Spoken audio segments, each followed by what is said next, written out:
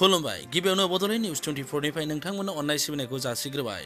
गाबोन 10 February BTC गोरोबथा सान। बे सानखौ गाजा गोमजायै खुंफुंनो थाखाय साखाफारा जादों बिपिएफ हान्जाया।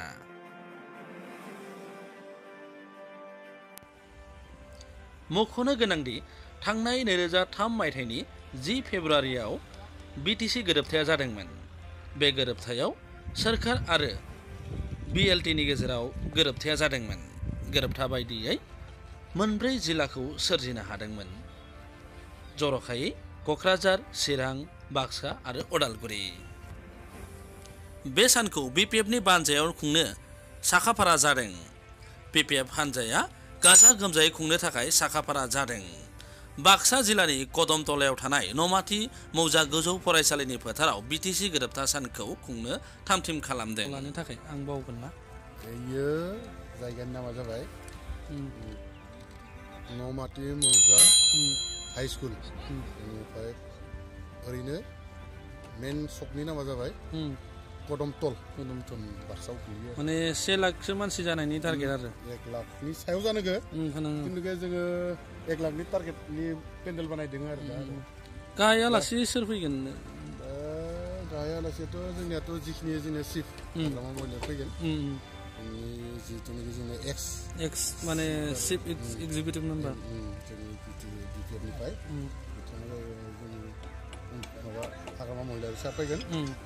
बेनि अनगायै जोंनिया जिखिनि मन्त्रि दं आसामाव मन्त्रि बिथांमोना फैगोन। साथामा फैगोन। ओमफ्राय एमएलएफोर फैगोन। ओमफ्राय जायफोर देरहालांनाय जोंनि एमसिएलए बिथांमोना फैगोन। ओमफ्राय साफ्रोमबो जनगोष्ठीनि जातीय संगठनफोरनि बिथांमोना फैजोबगोन आरो।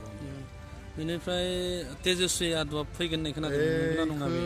खिन्थु जों दाबोसिम मिथिथ'वाखै। खिन्थु जों मिथिनायाव सोरबा माबासो प्रसारसो खालामदों नामा सोरबाफोर ओरैनो। माने बे कनफार्म नङा आरो फैगोन नङा। कनफार्म नङा माने बेखौ मिसगाइडसो प्रसार खालामनाय बायदि मोन्दों आरो। जागोन बिदिब्ला थेंक इउ। बे हाबाफारियाव बिपिएफनि दैदेनगिरि, मोनब्रै जिल्लानि दैदेनगिरि आरो बे हाबाफारियाव 1 लाखनि बांसिन रायजो राजाफ्रा नुजाथिफैनानै बिटिसि गोरोबथा सानखौ जाफुंसार होफैगोन होननानै बानजायग्राफ्रा मिजिंथिदों। मख'नो गोनांदि बिपिएफ दोलोनि बावैसो बिटिसि बिसायख'थियाव देरहासार जानो हानाय एमसिएलएफ्राबो बाहागो लाफैगोन। रादाबा एसेनोसै। नोंथांमोना बड'लेण्ड निउज 24 खौ साबस्क्राइब